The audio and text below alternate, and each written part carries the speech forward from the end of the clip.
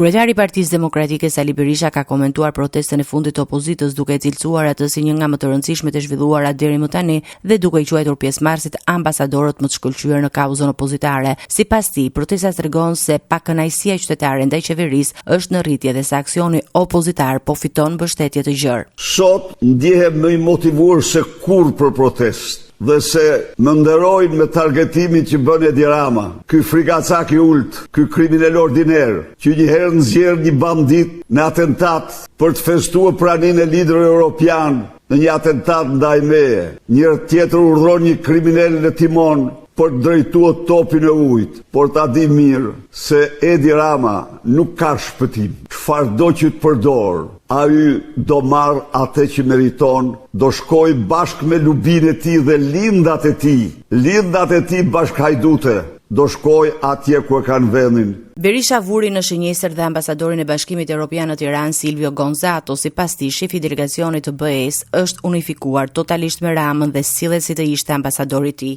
Për sa i përket ambasadorit aktual, un kam shprehur, ky sillet si me qenë ambasadori Edi Rams, masi ky zotëri në mënyrë të vërtetuar ka transmetuar në Bruksel trillimet më të pavërteta ndaj opozitës. Sikur opozita nuk është për integrimin, për të mos treguar shumë gjëra tjera, dhe se kur diskutohet në Coelho se pse nuk i hiqet imuniteti Lubi Ballukut, shkëlqësia e tij Gonzato thot se ky është interpretimi shqiptar i imunitetit. Është përpjekur në shumë mënyra të paraqesë opozitën si jo të orientuar drejt integrimit, po ka dështuar eksponent transishëm të Bashkimit Evropian ja kanë bërë të qartë në pranitë të tjerëve se opozita, se Partia Demokratike është thellësisht orientuar për integrimin e Shqipërisë në Bashkimin Evropian dhe është partneri ynë, i është thënë shkëlqësisë tij. Ndaj dhe ai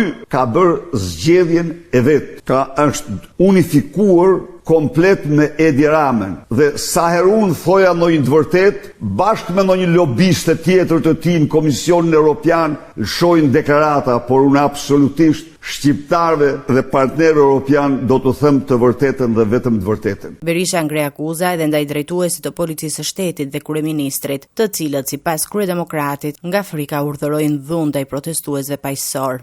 Omerta, kodi mafjes. Mafja. Ky është zëvendësimi i shtetit ligjor i transparencës me ligjin e mafjës. Skënder Balluku, mos i thoni Skënder Hitu, Skënder Balluku, që është një hajdut me çizme, do ta marrë vesh shqiptar se ç'përfaqëson Skënder Balluku shumë shpejt. Edhe do ta dinë se çfarë mbron ai, do ta mësojnë se çfarë mbron. Edi Rama de facto është i gjujzuar dhe i poshtruar. Ju garantoj për këtë. Edi Rama që ta dinë shqiptarët, kudo që shkon i tregojnë brylin, kudo që shkon i kthejnë shpinën, kudo që shkon sot ai është bërë gosipi i Europës. Lidhjet e tij patologjike me Ballukun qarkullojnë sot kudo. Dosja Balluku është dosje botërore, po dhe më tepër lindat e Rama dhe lindat e Akshit janë famëzi sot në Europë dhe në botë. Në deklaratën e tij, kreu i PD-s u ndal gjithashtu edhe te zhvillimet në nivelin evropian duke komentuar raportin e votuar në Komisionin për Punët e Jashtme të Parlamentit Evropian për Shqipërinë. Berisha i quajti atë një dokument që sipas tij evidenton një sër problematikash serioze në vend që ajo në vend që kërkon adresim të menjëhershëm nga institucionet shqiptare.